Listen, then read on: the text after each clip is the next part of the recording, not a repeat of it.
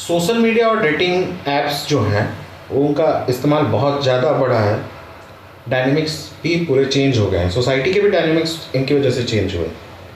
तो क्या आपको लगता है कि इसके बावजूद, टेक्नोलॉजी का प्रयोग करने के बावजूद, सोशल मीडिया पे कनेक्टेड रहने के बावजूद जो है लोनलीनेस की समस्या बढ़ी है? वो तो है। बहुत लोनलीनेस क्या है ना, लोग इंस्टेंट ग्रेटिफिकेशन चाह रहे हैं। 2 लाइक्स नहीं मिलते, लोग I have seen people crying about it कि लाइक्स नहीं मिल रहे, कमेंट्स नहीं आ रहे, यू नो। तो क्या है, उनको इंस्टेंट ग्रेटिफिकेशन चाहिए, इंस्टेंट अप्रिसिएशन चाहिए, सब कुछ इंस्टेंट चाहिए। और लोनलीनेस तो है ही ना, तभी तो उनको सब कुछ आउटसाइड चाहिए, इंटरनल नहीं है ना, एक्सटर्नल है। सब कुछ बाहर वाले मुझे दे, मुझे अप्रिसिएशन चाहिए, सब बाहर वाले दे, है ना। वही इंसान जब वो अकेला पड़ जाता है, उसे लगता है अरे मेरी ज़िंदगी तक का तो कोई महत्व ही नहीं है, कोई पर्पस ही नहीं है, मुझे सब कुछ बाहर, मुझे कोई कुछ देता ही नहीं है, मुझे ये नहीं मिल रहा है, वो नहीं मिल रहा है। ये इसीलिए है ना, क्योंकि अंदरूनी मटका नहीं भरा हुआ ना उनका खुद। आप देखेंगे जो प्लेयर्स हैं, खास करके कई बार आप देखेंगे क्रिकेटर्स, या मैंने तो टेनिस प्लेयर्स को ऐसे देखा है, जैसे एक स्पेन की है, मैं उनका नाम भूल गई हूँ, टेनिस नहीं, she is a badminton player. तो वो खेल रही थी, बैडमिंटन खेल रही थी, आई थिंक ओलंपिक्स की बात है, और उनको मैंने देखा वो वर्बली अपने आप को बोल रही है यू कैन डू इट, ऐसे ऐसे अपने वर्बली अपने आप को अफर्म कर रही है। ये बहुत ज़रूरी है। कितनी बार हम करते हैं, अगर आप ऐसे जितने भी लोगों से मेरा इंटरेक्ट होगा उनसे पूछते हो, कुछ सेल्फ अवेयरनेस नहीं है ना, सेल्फ वो नहीं है। तो you have to be your greatest cheerleader. आप नहीं तो कौन? आपको ही अपना चीयर लीडर बनना पड़ेगा ना, आपको ही बोलना पड़ेगा yes I can do it, you know, मेरे में वो क्षमता है, आप मुझे मौका दीजिए, यू नो। आपको अपने आप बारे में बोलना ही पड़ेगा, तभी तो आप आगे बढ़ेंगे, तभी तो आप आगे देखेंगे। तो प्रॉब्लम यही है, उनको चाहिए कि सब कोई मेरे बारे में बोले, सब कोई करे, ऐसे नहीं होता है। तो एक जैसे सुसाइड की घटना बढ़ रही है या फिर स्ट्रेस बढ़ रहा है, तो ये सब जो अटेंशन सीकिंग वाली जो हैबिट आई सोसाइटी में, पैसे के प्रति आकर्षण बढ़ा, पैसा होने के बावजूद लोग डिप्रेशन में जा रहे हैं, एंजाइटी में जा रहे हैं, सुसाइड अटेम्प्ट्स बड़े बड़े लोग कर लेते हैं। तो ये एकदम माना जा सकता है कि ये सब कुछ होने के बावजूद वो लोनलीनेस, इमोशनल प्रॉब्लम्स है ना, ये सब इमोशनली स्टेम कर रहा है कि प्रेम नहीं मिल रहा है, बीवी का प्रेम नहीं है, माँ बाप का प्रेम नहीं है। अभी मैं किसी की कोई आई डोंट रिमेम्बर किसका था, हाँ, वो अब इस बात को बड़ी हो गई है, she must be in her 40s, अभी तक उसके जहन में ये बात है कि मेरे माँ बाप ने मुझे प्रेम नहीं दिया। उसकी शादी हो गई, बच्चे हो गए, अभी तक उनके जहन में ये बात है कि मेरे माँ बाप ने मुझे प्रेम नहीं दिया। इस तरह की समस्या बढ़ी है, बड़ी तो है ना। जैसे आपने बोला, हमारी एक परिचित हैं, बहुत बड़े घर की हैं, दिल्ली के शायद सबसे पॉश इलाकों में जीवन गुजारा होगा, लेकिन उनको अभी भी शिकायतें हैं अपने माता पिता से। उनको ये शिकायत है कि माता पिता ने ध्यान नहीं दिया, उनको ये शिकायत है कि बचपन में उनको किसी ने फिजिकली असॉल्ट किया या एब्यूज़ किया, और आए दिन वो सोशल मीडिया पे सब लिखते रहती हैं। बड़े IAS अधिकारी की पत्नी हैं, मैं जब बातचीत होता है तो मैं कहता हूँ कि इन सब बातों से आप बाहर क्यों नहीं निकल पाते। तो लोग इमोशनली डिस्टेबल हैं, या वो चीज़ें बार बार उन चीज़ों में जा रहे हैं जिसका कोई प्रासंगिकता नहीं, ऐसा भी है। हम इन चीज़ों को इमोशनल इंटैंगलमेंट बोलते हैं। इमोशनल इंटैंगलमेंट, जब इमोशनल इंटैंगलमेंट होता है तो इंसान उस चीज़ से निकल नहीं पाता, तो उसी के लिए हम उनको फॉरगिवनेस सिखाते हैं, माफ़ी। इंसान खुद की पीस के लिए मांग रहा है। आप नहीं बोल रहे कि आप उस पर्सन को दिल से माफ़ी दे रहे हो, क्योंकि देखो जो उन्होंने किया वो उनके साथ भी होना है, ठीक है, वैसी, क्योंकि जो करता है उसका तो what you give you shall receive that. जैसे फॉरगिवनेस पे आते हैं, okay, I will talk about forgive. So देखिए, ऐसे केसेस में फॉरगिवनेस बहुत काम करता है, माफ़ी, खुद से माफ़ी, क्योंकि उस प्रॉब्लम में जब आप खुद से क्यों माफ़ी, फॉरगिवनेस का मतलब हुआ कि अगले जो आपके साथ गलत किया आप उसको माफ़ कर दो, खुद को हील करो। देखो, इंसान ज़्यादातर ऐसे मैंने ऑब्जर्व किया है मेरे एक्सपीरियंस में कि ज़्यादातर जब वो इंसान आता है ना, वो सबसे पहले पूछता है मैं उसे क्यों माफ़ करूँ, उसे they have to go through the same pain that I went through, right? So you first teach them how to forgive themselves, क्योंकि जब वो सिचुएशन में थे, उनके पास उनको नहीं पता था कि क्या कर रहा है, तो वो उस बच्ची को जो 5 साल की थी या 7 साल की थी जिसके साथ ये शोषण हुआ, उसको फॉरगिव करे कि उसको नहीं पता था।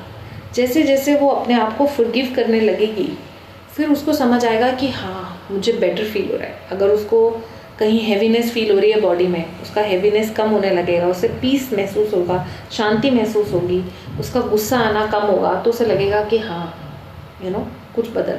फिर धीरे धीरे वो उस इंसिडेंट जिसने भी वो किया, जिसने भी वो बोला, उसे भी जब वो धीरे धीरे लेट गो करने लगेगी, फॉरगिव करने लगेगी, तो वो जब आगे बढ़ती चली जाएगी, she will definitely feel a change in their life, और he will feel the change in their life, because it's all about how quicker you let go. जितना हम उसके, एक होता है हमारे टीचर बोलते हैं, एक होता है इनर फॉरगिवनेस, एक होता है outer forgiveness. He says inner forgiveness for everybody, हर किसी को अंदर से आपने माफ़ करना है, आपके लिए उस पर्सन के लिए कोई ऐसे कड़वाहट नहीं होनी चाहिए। आउटर फॉरगिवनेस का मतलब केस टू केस बेसिस। अब देखो जहाँ पे जस्टिस आना है वहाँ तो आना है, राइट? किसी ने ऐसा करा तो जस्टिस भी चाहिए, केस भी होना चाहिए, है ना? You need to fight it in the court also, so that is also important. But internally आपके अंदर उसको क्या बोलते हैं, उसके लिए वो फीलिंग ऑफ क्या बोलूँ, इनमिटी बोल सकते हैं क्या उसको? हाँ, एनिमोसिटी नहीं होनी चाहिए, फीलिंग ऑफ बदले की भावना नहीं होनी चाहिए। मतलब हमें रिवेंज नहीं लेना, बदला रिवेंज नहीं, पर आपके अंदर ये होना चाहिए कि हाँ इसको अपना लेसन मिले, ये सीखे अपना लेसन, वो होना चाहिए। तो आउटर फॉरगिवनेस भी ज़रूरी है केस टू केस बेसिस पे। इमोशनल जब ट्रॉमा चल रहा हो इस तरह की परिस्थिति में, उसमें फैमिली और फ्रेंड का क्या रोल होता है? सपोर्ट का, बहुत सपोर्ट। और किस तरह का सपोर्ट रियल में करना चाहिए? देखो ऐसे लोगों के साथ क्या रहता है, you need to be a good listener, you need to listen, right? अगर आप ऐसे लोगों को आप थेरेपिस्ट के पास, because they are professional, they know how to deal with people going through problems like these, so when they listen to you, they help you regulate your emotion. वैसे by the way जो twin heart meditation की मैं बात कर रही थी, वो meditation आपको हेल्प करता है to regulate your emotions. Problem क्यों है? क्योंकि इमोशंस रेगुलेटेड नहीं है ना? गुस्सा है, गुस्से की वजह से इंसान कुछ काम कर रहा है ऐसा जिसकी वजह से प्रॉब्लम हो रही है ना? स्ट्रेस है, उसकी वजह से वो कुछ ऐसा काम कर रहा है जिसकी वजह से प्रॉब्लम हो रही है। तो जब वो इमोशन, जब आप ये मेडिटेशन करेंगे ट्विन हार्ट्स, जब आपके इमोशंस रेगुलेट होने लग जाएंगे, तो ये आपका जो इम्पल्सिव एक्शंस है वो कई हद तक हील हो जाएगा। तो आप करने से पहले एक बार सोचेंगे कि हाँ इसका इम्पैक्ट क्या होगा, अगर मैं ऐसा करूँ या ऐसा बोल दूँ तो उसका क्या होगा। तो हमारे टीचर कहते हैं कि जो फिज़िकल वुंड है वो तो जल्दी हील हो जाता है ना? कितना मैक्स कुछ घंटों में, कुछ दिनों में, चलो कुछ हफ्तों में ठीक हो जाए। एक साइकोलॉजिकल वुंड है ना, किसी को psychological wound might take many years और many lifetimes to heal, है ना? किसी को अगर आपने कुछ ऐसा बोल दिया जो उसके जहन में लग गया, पर कोई बिटर बात, तो उसको शायद वो जन्मों जन्मों तक ठीक ना हो पाए।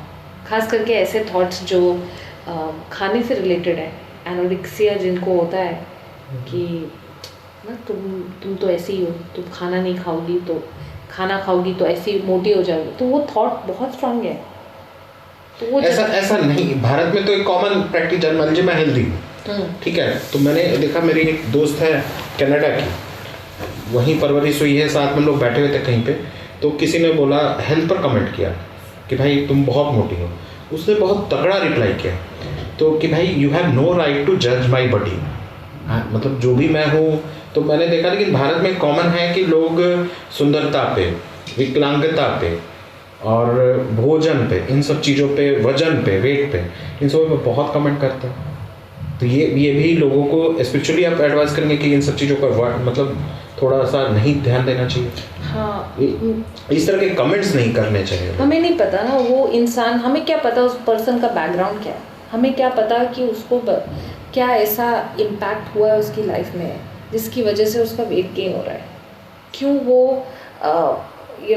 क्यों वो जो खाते हैं या नहीं खा रहे हैं तब भी वेट गेन हो रहा है। तो हमें नहीं पता क्या थॉट बचपन में रहा है। हो सकता है उनको बोला हो कि तुम खाओगे तभी तुम दिखोगे, है ना, तुम खाओगे तभी तुम हेल्दी बनोगे। तो उस बच्चे को लगा कि हाँ, हेल्दी बनने के लिए मुझे अपने आप वेट गेन करना है, राइट। या कोई इंसान उसको बोला है कि ये सर्वाइव नहीं करेंगे, है ना, बच्चों को तो सर्वाइव करने के लिए खाना खिला रहे हैं, तो वो अभी तक वो सोच रहे हैं कि उनको सर्वाइव करना है तो खाना खाना है, ठीक है ना।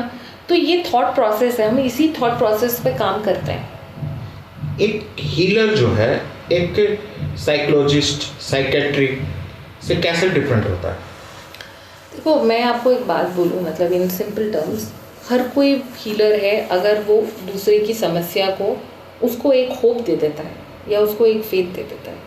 साइकोलॉजिस्ट और बहुत सारे साइकोलॉजिस्ट ऐसे हैं जो हीलर्स, प्राणिक हीलिंग सीख चुके हैं और एक प्राणिक हीलिंग करते हैं, उनको एडिशनली वो हेल्प करता है इन द सेंस कि वो उनके साथ बात करने के बाद, है ना, अगर उनको स्ट्रेस फील हो रहा है या उनकी बॉडी थोड़ा वीकन फील कर रही है तो वो अपनी ऊर्जा, शरीर को साफ करके उसके अंदर ऊर्जा डाल के बात कर सकते हैं, तो क्योंकि हम लोग का कुछ कॉमनैलिटी ये है कि हम भी लोगों की बातें सुनते हैं, वो भी बातें सुनते हैं, है ना।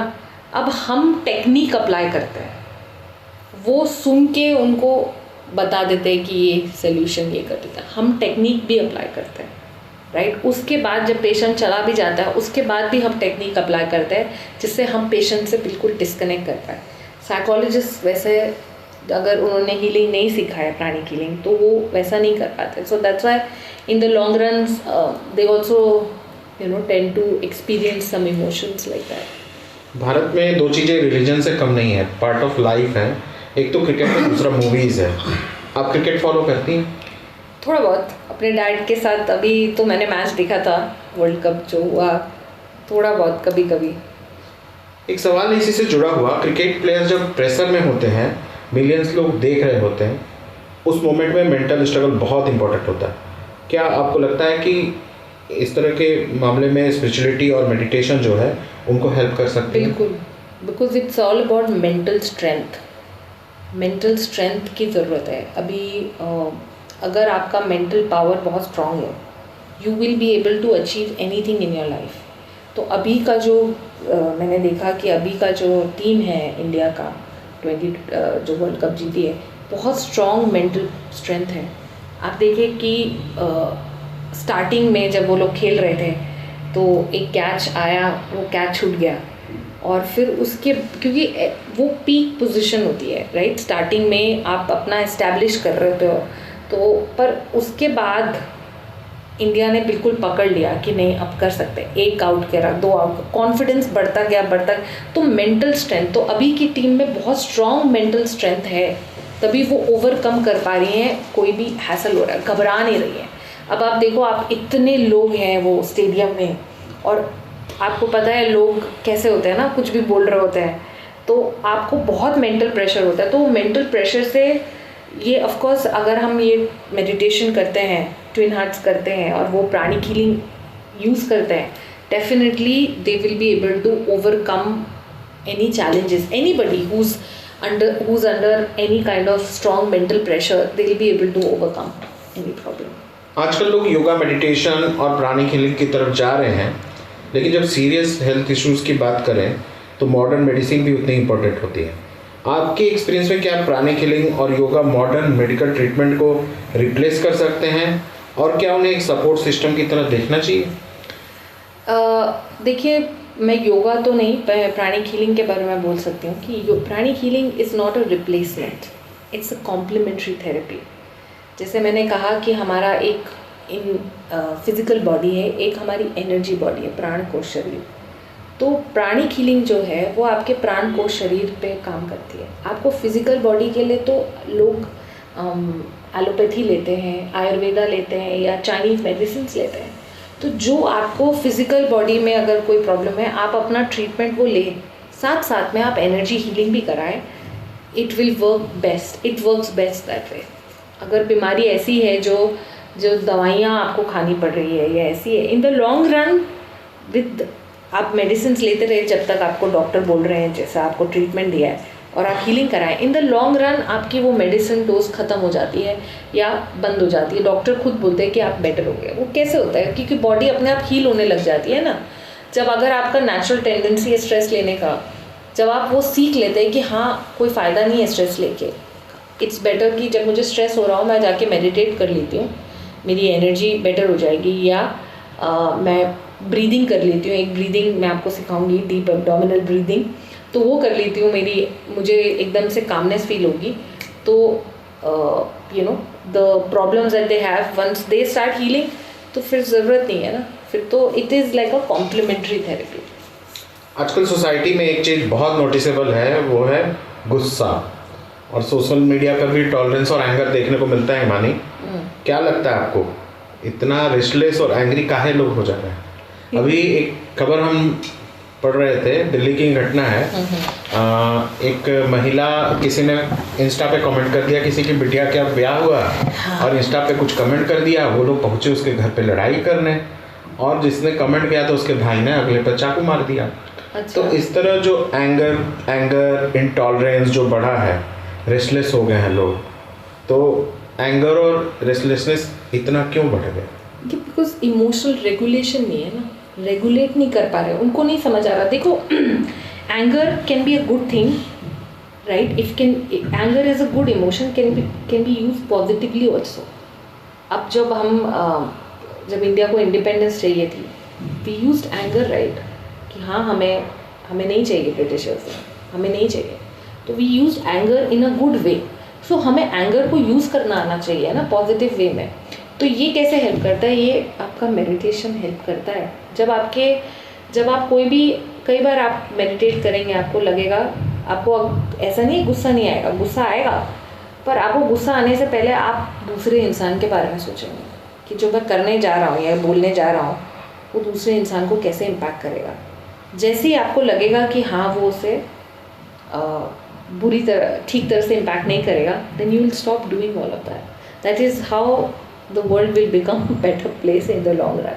Meditation is the key to help people regulate their emotions.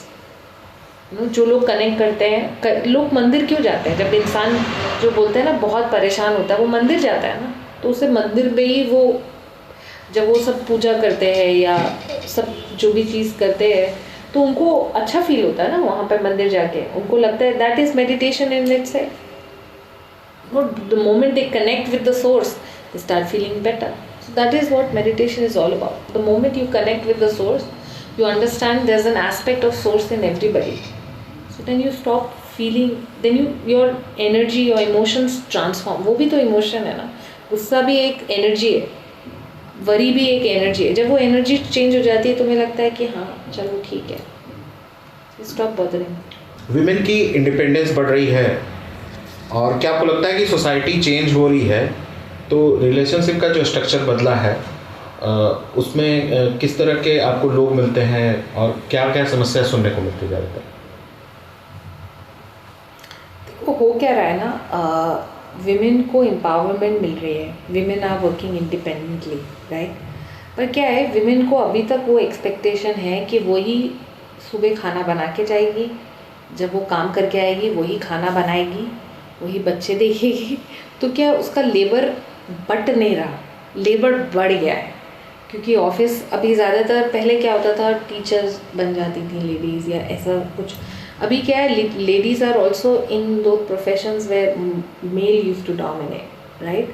कोई भी मतलब you can see a lot of women, lot of people I know, friends of mine, they are they are engineers or anything, so they are in good profiles, कुछ consulting में चले गए, कुछ यहाँ चले गए। तो क्या है कि वो एक्सपेक्टेशंस जो है वो बदलने की बहुत ज़रूरत है, कि सारा वही काम जो है वो मेल भी ऑफिस से आ रहा है, पर एक्सपेक्टेशन फीमेल से है कि वो किचन में जाएगी, वो खाना बनाएगी, वो पानी देगी तो भी पिया जाएगा। पर वो बदलने की ज़रूरत है कि it is both have to come together to raise a family, to start a family, to develop a family, to work. It has to be working both ways. It can not be dependent on one person. Labour तो बढ़ गया ना इस वजह से। तो क्या relationship में जो ये टर्बुलेंस आ रहा है आजकल, जो दो जैसे कपल्स हैं, पति पत्नियां हैं, तो रिलेशनशिप में जो ट्रबल आ रहा है, तो इसमें किस तरह से आप लोग मदद कर पा रहे हैं, मतलब और किस तरह की मतलब अगर रिलेशनशिप की बात करें? सो देखिए, अगर क्योंकि मॉडर्निटी को तो आप स्वीकार रहे हैं, ट्रेडिशंस को आप छोड़ना नहीं चाह रहे हैं, महिलाओं का जो कामकाज का जो तरीका था वो आप पहले भी था, आज भी वही है, तो आपको किस तरह के ज़्यादातर मामले इस तरह का भी देखने को मिलते हैं? देखो, ऐसे मामले आते हैं, फिर हम जो लेडीज़ आती हैं या जो आते हैं, हम उनको सेल्फ अपने से प्रेम करना सिखाते हैं, अपने आप को एक्सप्रेस करना सिखाते हैं। तो उनका भी ये प्रॉब्लम होता है, वो एक्सप्रेस नहीं कर पाते, बता नहीं पाते कि हाँ ये प्रॉब्लम है, हाँ ये भी प्रॉब्लम है। तो हम उनको सेल्फ, ये जो मेडिटेशन मैंने आपको पूरे सेशन में बताया, ट्विन हार्ट मेडिटेशन, हम उनको ये बताते हैं आप ये मेडिटेशन करें। तो जब उनके इमोशंस रेगुलेट होने लग जाते हैं, है ना, जब उनका इमोशन स्टेट बेटर होने लग जाता है, और जब वो एक्सप्रेस करते हैं, तो वो भी सरप्राइज होते हैं कि अरे कि मैं हमेशा डरती थी, अगर मैं बोल दूंगी तो ऐसा हो जाएगा, ये हो जाएगा, वो हो जाएगा, पर अब नहीं हो रहा, अब वो इंसान समझ रहा है। तो दे स्टार्ट फीलिंग, वो इमोशनल रेगुलेशन नहीं है, इसकी वजह से ये प्रॉब्लम होती है। मॉडर्न रिलेशनशिप में एक्सपेक्टेशन ज़्यादा है, ये भी एक कारण हो सकता है। यस, एक्सपेक्टेशंस तो है ही ना, तभी तो इमोशनल इरेगुलरिटी है, प्रॉब्लम है। अगर कोई महिला जो है घरेलू हिंसा, डोमेस्टिक वायलेंस से परेशान है और वो आपको सुन रही हो, तो आप उसे क्या सजेस्ट करना चाहेंगे? देखिए, मैं ऐसी औरतों को ये बोलना चाहूँगी, औरत या मर्द, आजकल तो डोमेस्टिक वायलेंस में कोई कहा नहीं जा सकता, महिलाएं भी आजकल कोई जेंडर, वो स्पेसिफिक जेंडर न्यूट्रल ही माना जाए दोनों।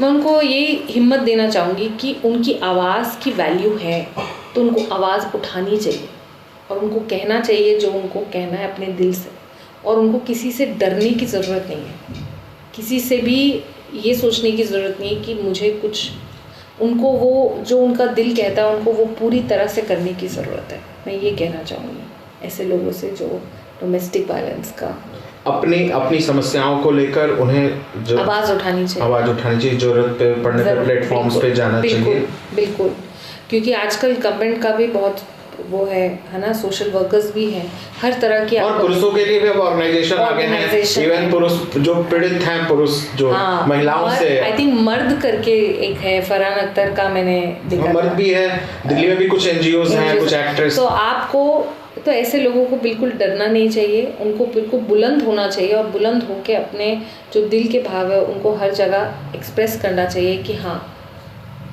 मुझे ये न्याय चाहिए और उनको न्याय मिलेगा, जो भी प्रॉब्लम से वो गुजर रहे हैं। आजकल न्यूज़ चैनल्स खोलते ही दिखता क्या है, तो ईरान में वॉर चल रहा है, क्लाइमेट क्राइसिस है, और कहीं बोला जा रहा है कि नेचुरल रिसोर्स जो है वो ख़त्म हो जाएगा, और इन खबरों की वजह से मन में एक बार एंजाइटी होती है सबकी, कॉमन। मतलब ऐसे वक्त में स्पिरिचुअलिटी या प्राणिक हीलिंग जैसे प्रैक्टिस क्या रोल प्ले कर सकते हैं? अगर पूरी दुनिया की बात की जाए, जब समस्याओं से पूरी दुनिया परेशान है, मतलब देश और राष्ट्र और इंडिविजुअल लेवल पर, स्पिरिचुअलिटी का, प्राणिक हीलिंग का इस तरह के टर्बुलेंस में क्या रोल है? देखो, स्पिरिचुअलिटी या प्राणिक हीलिंग उस टाइम पे आपको यही कनेक्ट, जब जो मैं आपको बता रही थी जैसे मेडिटेशन, इससे आप क्या होता है, आप अभी यहाँ बैठे आप क्या कर सकते हो, आप ब्लेस ही कर सकते हो। तो आप जब आप जुड़ते हैं ऐसे किसी स्पिरिचुअलिटी से किसी भी तरह से, तो आप प्रे करें, ब्लेस करें, जैसे हम ट्विन हार्ट्स करते हैं, हम रोज़ अर्थ को ब्लेस करते हैं। तो चाहे ईरान हो, चाहे इराक हो, चाहे यूएस हो, जो भी कंट्री हो, पाकिस्तान हो, इज़राइल हो, जो भी कंट्री, सबको ब्लेस करते हैं, सद्बुद्धि से ब्लेस करते हैं, अंडरस्टैंडिंग से ब्लेस करते हैं। तो हम इस समय यही कर सकते हैं। अच्छा, एक प्रैक्टिकल एस्पेक्ट अगर देखा जाए, अगर हम ये पूरी सिनेरियो को देखें, यूएस और ईरान के वॉर को, हम लोग अलग अलग थॉट प्रोसेस के हैं, हम लोग का जन्म परवरिश अलग अलग जगहों पे हुई, हमारी सोच और समझ अलग अलग है। अमेरिका के लिए जो नीड है, अमेरिका के लिए वॉर नीड हो सकता है, ईरान के लिए नीड भी हो सकता है, कुछ लोगों के परसेप्शन सर्वाइवल भी हो सकता है, नीड और सर्वाइवल दोनों हो सकता है। वहाँ ये भी खबरें आ रही हैं कि मतलब भगवान उसको किस तरह से आप मतलब जब स्पिरिचुअलिटी की बात करते हैं तो डिवाइन की बात करते हैं, तो भगवान अलग अलग नेशन को अलग अलग तरीके से रिफ्लेक्ट कर रहे हैं, कैसे इसको समझना बेहतर होगा? क्योंकि किसी के लिए कुछ अगर समस्या है, जैसे मैं एक बार बनारस में गुजर रहा था मणिकर्णिका घाट की तरफ से, तो मुझे डेड बॉडीज दिखी तो मेरे मन में ये थॉट आया देखकर कि कोई मर रहा है, कोई मरा, कोई रो रहा है, लेकिन अगर भगवान है तो उसको तो जो वो लकड़ियाँ बेच रहा है उसका भी खर्च चलाना है, तो किसी के साथ बुरा हो रहा है तो किसी के साथ भला हो रहा है, लेकिन पूरे जब ह्यूमैनिटी होल ह्यूमैनिटी के उसमें देखते हैं तो भारत में एक खास समुदाय के जो लोग हैं, सिया कम्युनिटी जो पाथ फॉलो करते हैं, वो जो हैं वो नाराज हैं। ईरान में कुछ लोग नाराज हैं, कुछ लोग खुश भी होंगे। तो ये किस तरह से यूनिफिकेशन में डिवाइन का क्या रोल होता है? क्या ये डिवाइन ही रिप्रेजेंट कर रहा है कि युद्ध हो रहा है लेकिन अंततोगत्वा वही होगा जो डिवाइन विल ही होगा? क्या है इस पूरे सिनेरियो को स्पिरिचुअलिटी के एस्पेक्ट से कैसे समझें? देखिए, अगर आप इसे ये समय को मैं जिस तरह से समझती हूँ, जो मैं ऑब्जर्व कर रही हूँ, ये समय ये है कि हमें सोर्स से कनेक्ट करना है। You know, we have to connect with God. We have to connect with who we are and come together and learn to regulate our emotion, heal ourselves. तो क्योंकि जैसे अभी क्या है, जहाँ पे बदले की भावना है, जो इंसान जहाँ पे बदले की भावना है, जिस इंसान के साथ ऐसा हुआ हो ज़िंदगी में, किसी ने उनके साथ अच्छा नहीं करा, उनके अंदर भी बदले की भावना है, वो सब उन्हीं चीज़ों के साथ कनेक्ट होंगे ना। इमोशन लोग कहाँ कनेक्ट हो रहे हैं? इन वॉर में एवरीबडी कनेक्ट्स टू इमोशन। जो सप्रेशन, जिसको सप्रेस किया गया है, वो कनेक्ट होगा उस पार्ट से कि मुझे सप्रेशन से। जो डोमिनेट कर रहा है वो कनेक्ट होगा डोमिनेंस से।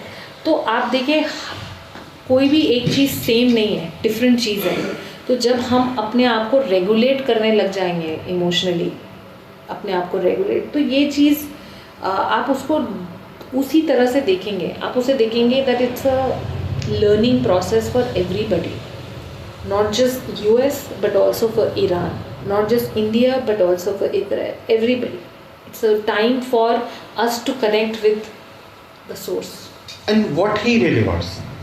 एक स्पिरिचुअल व्यक्ति के लिए अगर जब पूछेंगे तो भगवान वाकई क्या चाहता है इस तरह के इंसिडेंट्स को देखकर? देखो, ये तो मैं भी नहीं बता सकती कि भगवान क्या चाहते हैं। देखिए, मैं इसका जवाब नहीं दे पाऊंगी कि भगवान क्या चाहते हैं, राइट। मैं बस यही कह पाऊंगी कि देखिए, इसमें भी we just have to learn to heal ourselves. इस प्रोसेस में भी मैं यही बोलना चाहूँगी, क्योंकि अभी क्या है, छोटी छोटी चीज़ लोगों को इम्पैक्ट कर रही है, right. Last year India Pakistan था, the war was impacting people, right. it came too close to us also, right?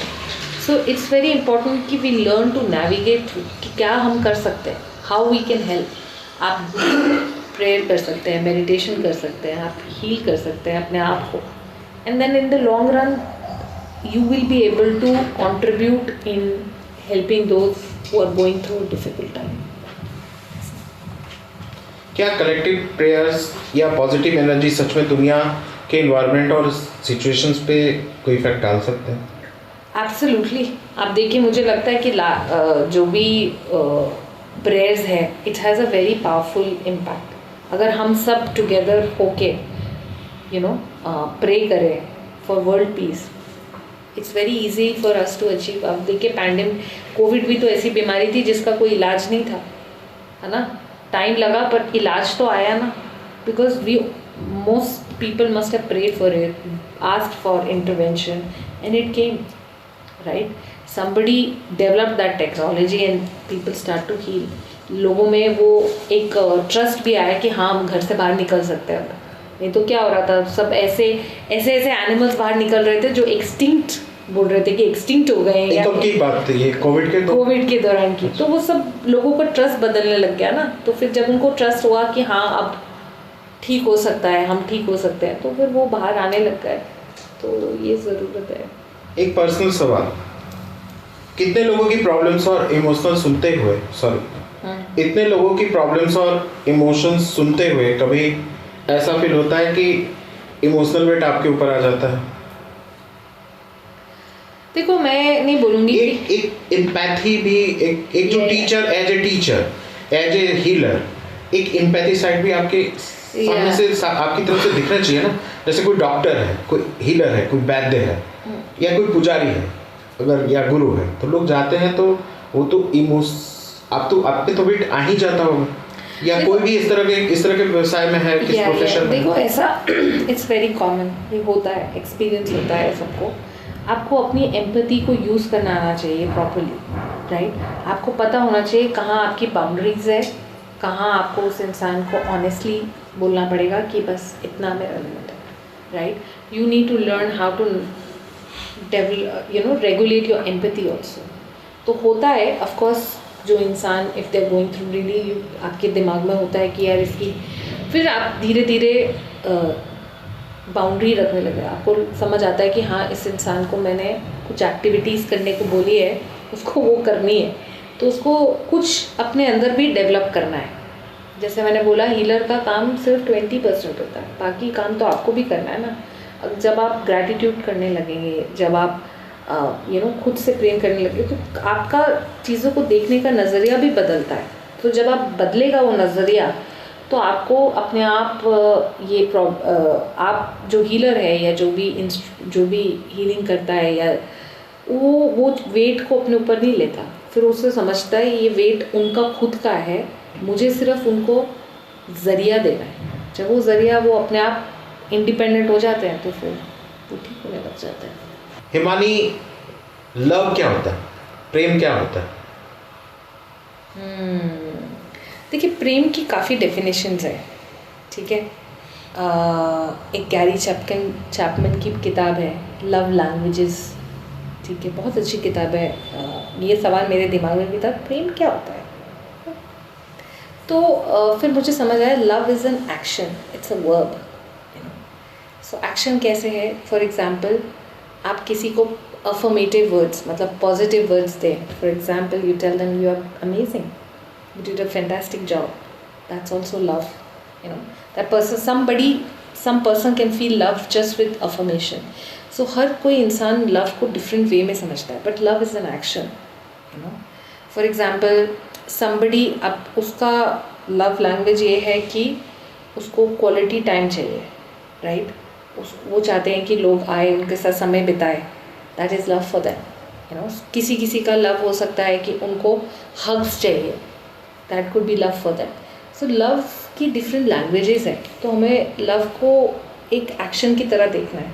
आप किसी की love could also be service, it could be helping people, that's also love. So there are different ways to see love, understand love. Love could also be like, आपने किसी की बात सुन ली, वो इतने परेशान थे, वो बोलने के बाद, that's also love because you listen. Hearing them, that's also a form of love. To hear, to be heard, that is also love. बच्चों को भगवान का इंसान से किस तरह का प्रेम है? What is connection? मतलब what is connection? Mother Teresa ने बोला ना, service to God is service to people. You want to feel love of God, you serve the people, you help the people. That is love of God. That's how you experience connection with God. जानवरों से लोगों का किस तरह का प्रेम होना चाहिए? जानवरों से या फिर पेड़ से, प्रकृति से, नेचर से? देखिए, प्रिजर्वेशन, प्रकृति को प्रिजर्व करने की ज़रूरत है। देखिए, मैं भूटान गई 2024 में, ठीक है। मैंने देखा कि वहाँ लोग, ऑफकोर्स यहाँ पे भी गाँव में सब लोग प्रे करते हैं पौधों की, पेड़ों की। वहाँ पे बहुत ऐसा है, आप बहुत, वो लोग माउंटेन की प्रे करते हैं, बहुत रिस्पेक्ट करते हैं। क्या करते हैं वो? प्रेयर करते हैं, माउंटेन से प्रेयर करते हैं। हाँ, माउंटेन के लिए प्रे करते हैं, हर चीज़ की। वो मतलब वो क्या करते हैं? वो माउंटेन्स के लिए प्रेयर करते हैं कि वो प्रिजर्व रहे, इस तरह का? प्रिजर्व तो नहीं, but they pray to the mountains, they believe that they pray to the mountains, they pray to the trees, सब चीज़ की वो। जैसे भारत में परंपरा है पेड़ पौधों को भी एक तरह से इम्पोर्टेंस देने का। हमें देखो, प्रेयर एक चीज़ होती है, प्रिजर्वेशन एक चीज़ होती है। आप प्रे कर लो, उसके बाद क्या? आपको उसको वो भी तो रखना है ना, उसको प्रिजर्व करके भी तो रखना है, क्योंकि अभी से 100 साल बाद, 200 साल बाद की जो पीढ़ी है, उनको हमें खाली अर्थ तो नहीं देना है ना, प्लांट्स की तो ज़रूरत है। अब हम जिस तरह से देखो जा रहे हैं, अगर हम प्रिजर्व नहीं करेंगे जो एग्जिस्टिंग ट्रीज़ है और न्यू ट्रीज़ नहीं उगाएंगे तो फ्यूचर कहाँ जाएगा?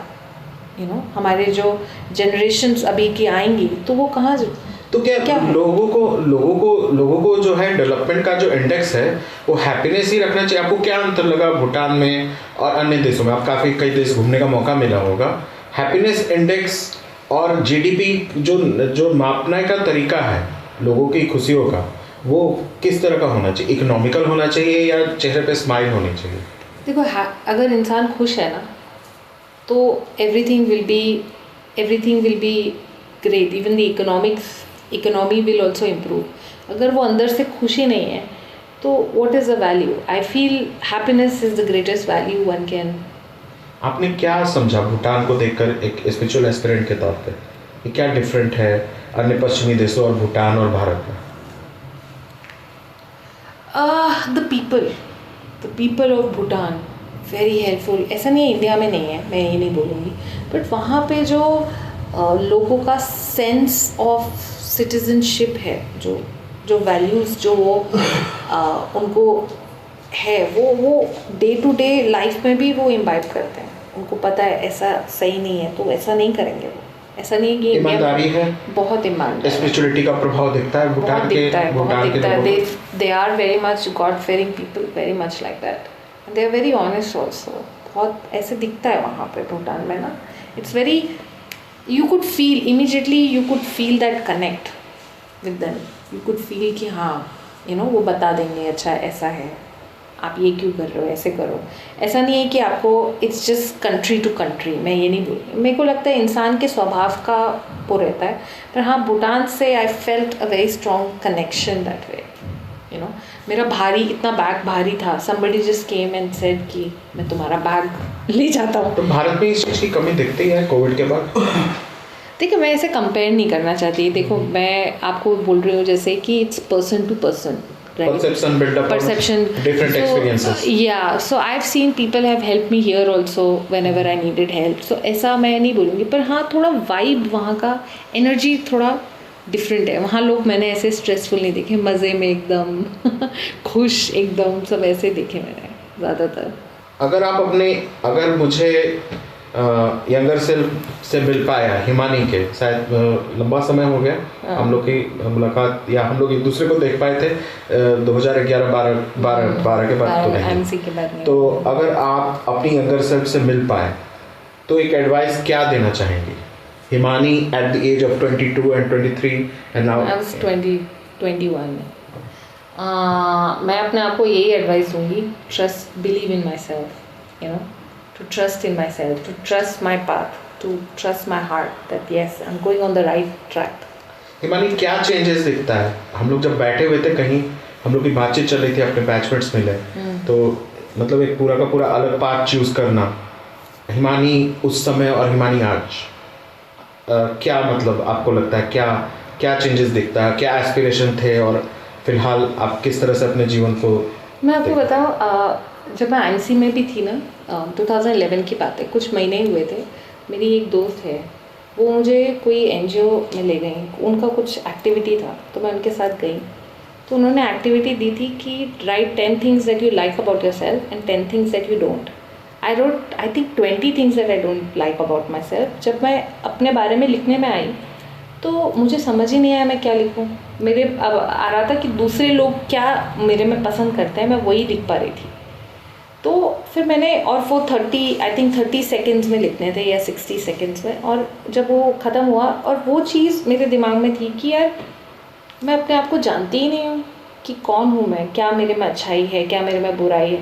मैं सिर्फ बुराइयों को ही जानती हूँ। I don't know what I really like about my self, what do I like about my self.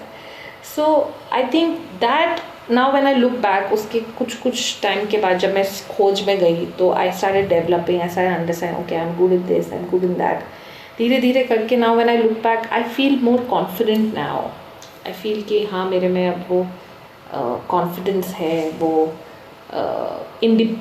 आत्मनिर्भरता है अपने में, तो मुझे वो चीज़ काफ़ी अपने में महसूस होती है। सेल्फ मतलब एक इंडिपेंडेंस मतलब आपको लगता है कि आपने जो पाथ चुना या फिर जो आपका हृदय था वो आपको सही जगह तक ले गया? यस, इस चीज़ में। हाँ, रैपिड फायर में कुछ क्वेश्चंस हैं ईमानी, हम आपसे पूछ लेते हैं। मेडिटेशन या म्यूजिक? देखिए, music is also meditation, right, a form of meditation, because कई बार मैं म्यूज़िक सुनती हूँ तो I can connect immediately, you know, I feel very connected to the source. So if you ask me, music. अच्छा, एक बात मैं समझना चाहूँगा, जब स्पिरिचुअल पाथ पे कोई रहता है तो उसको बहुत सारी चीज़ों की मनाही रहती है। मैं देखता हूँ कि जो स्पिरिचुअल पाथ पे लोग हैं तो वेस्टर्न म्यूजिक नहीं सुनना है या पॉप नहीं सुनना है, या क्या इस तरह का रिस्ट्रिक्शंस क्यों रहता है, या फिर क्या? देखो, मेरे को नहीं पता, हम तो नहीं बोलते ऐसे लोगों को, ना मैं बोलती हूँ। मैं तो हर तरह का म्यूज़िक सुनती हूँ जो मुझे कनेक्ट करता है। हाँ, इन द लॉन्ग रन जो बहुत शोर शराबा के सॉन्ग होते हैं वो तुम खुद ही नहीं सुन पाते, यू नो। अगर आप बहुत सुनते होंगे पहले, फिर आप एक पॉइंट आता आप नहीं सुन पाते, है ना। तो ऐसा कोई रिस्ट्रिक्शन मैंने तो नहीं कभी सुना अपने लिए या किसी ने मुझ पे लगाया हो। ईमानी, क्या पसंद है, माउंटेन्स या बीच? बीच। क्यों? मुझे पानी पसंद है, वाटर। क्रिकेट या मूवीज? मूवीज। एक वर्ड जो आपके लाइफ को डिस्क्राइब करे। करेज। करेज क्या होता है ma'am?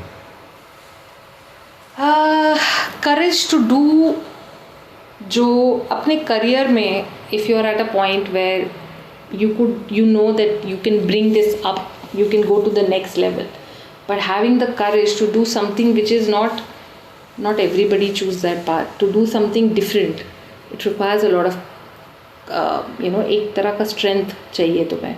So I think that is how I would define myself as, or my motto as, courage.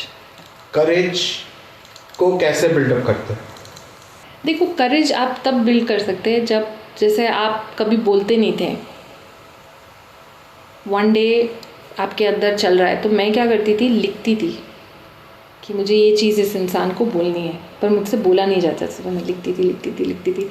मैं शीशे के सामने प्रैक्टिस करती थी। जब वो इंसान मेरे सामने है या मेरी मैनेजर है कुछ, मैं बोल ही नहीं पा रही हूँ, फिर मैंने बोला, फिर से मैं लिखती थी, फिर मैं जाके बोलती थी कि ठीक है, मैं बोल सकती हूँ, तो मैं जाके बोल देती थी कि ऐसा है। So that gave me, like, you know, that's one step, that effort, that is courage, that develops courage. You need to push yourself out of your comfort zone, you know.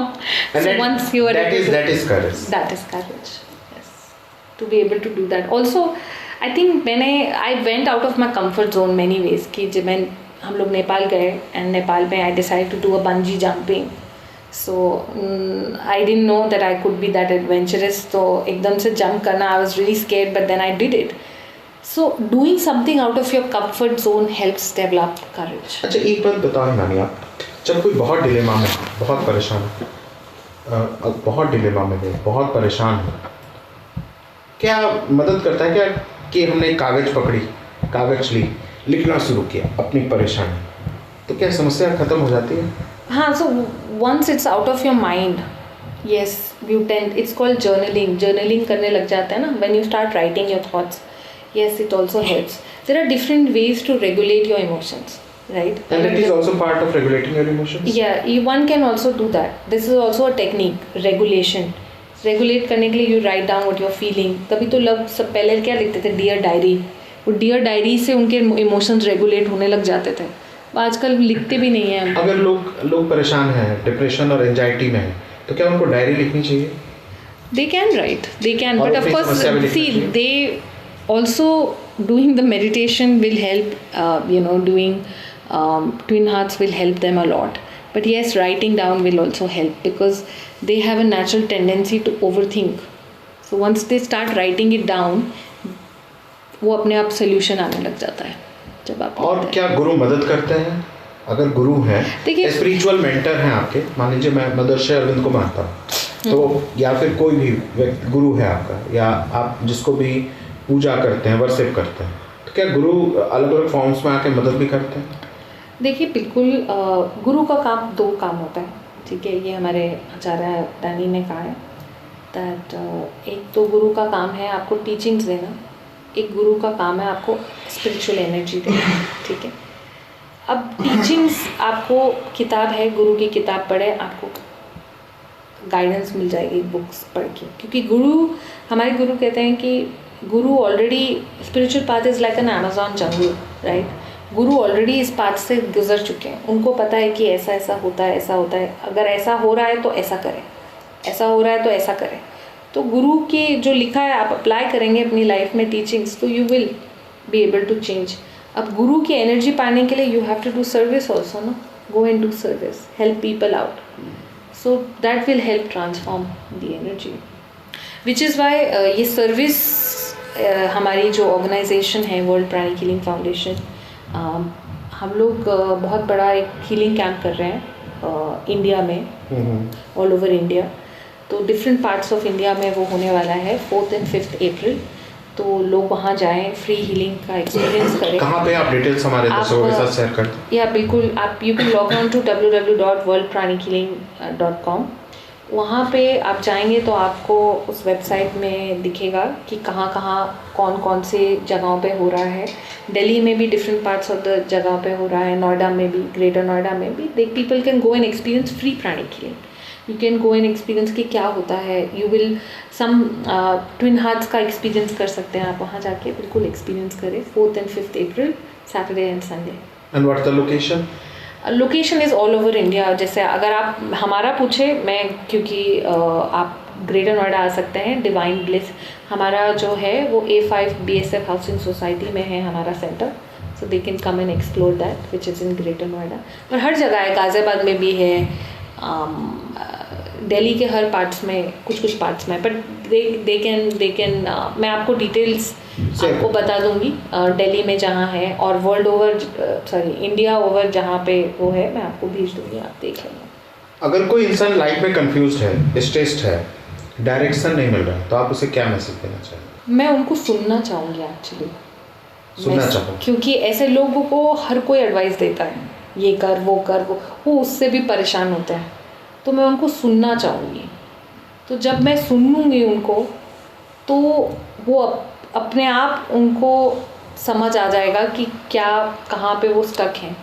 क्योंकि ऐसे अक्सर होता है, जब हम इंसान को सुनते हैं ना, तो उसको सोल्यूशन अपने आप मिल, जब हम उनको बिना जज करे हुए, बिना उनको राह दिखाए हुए, जब हम उनको अच्छे से सुनते हैं, तो उनको अपने आप समझ आ जाता है कि हाँ मैं ये चीज़ कर रहा हूँ। कई फिर आप उस पर काम कर सकते हैं। जैसे वो बोलेंगे, अच्छा मैं ओवर थिंक इसलिए कर रहा हूँ क्योंकि मैं इस पर्सन से डरता हूँ, मुझे उनसे डर लगता है। तब तुम उनको बता सकते हो कि उस डर को कैसे काबू कर सकते हैं। उससे पहले मैं उनको सिर्फ सुनना चाहूँगी। हिमानी, आज की कन्वर्सेशन जो है बहुत इंसाइटफुल थी। स्पिरिचुअलिटी को एक प्रैक्टिकल और ग्राउंडेड पर्सपेक्टिव से आपने एक्सप्लेन किया, और यूथ रिलेशनशिप सोसाइटी इस संदर्भ में हमारी बहुत सारी बातचीत हुई, हेल्थ इश्यूज़ पे भी बातचीत हुई, बहुत सारी क्लैरिटी आई। हम फिर इस पे और भी विस्तृत बातचीत करते रहेंगे, और मुझे लगता है कि आज के कन्वर्सेशन से लोग खुद को बहुत ज़्यादा रिलेट करेंगे, क्योंकि हम लोगों ने बहुत सारे एस्पेक्ट्स को जोड़ने का प्रयास किया है, नए पर्सपेक्टिव से भी देखने का प्रयास किया है। हमें आशा ही नहीं, पूर्ण विश्वास है कि इस पॉडकास्ट के माध्यम से लोगों को इंस्पिरेशन मिलेगा। हो सकता है लाइफ के कुछ अगर थॉट्स भी मिल जाए तो हमारे लिए, हमारे प्लेटफॉर्म के लिए और खासकर सबके लिए बहुत बड़ी उपयोगिता हो जाएगी। Thank you very much Himani for joining us today. Thank you so much. Thank you everybody. Thank you to your team. Thank you everybody. अगर आप चाहते हैं कि सच सामने आए और देश को एक स्ट्रॉन्ग मीडिया वॉइस मिले, तो आज ही कंट्रीब्यूट करें और इस मिशन का हिस्सा बने।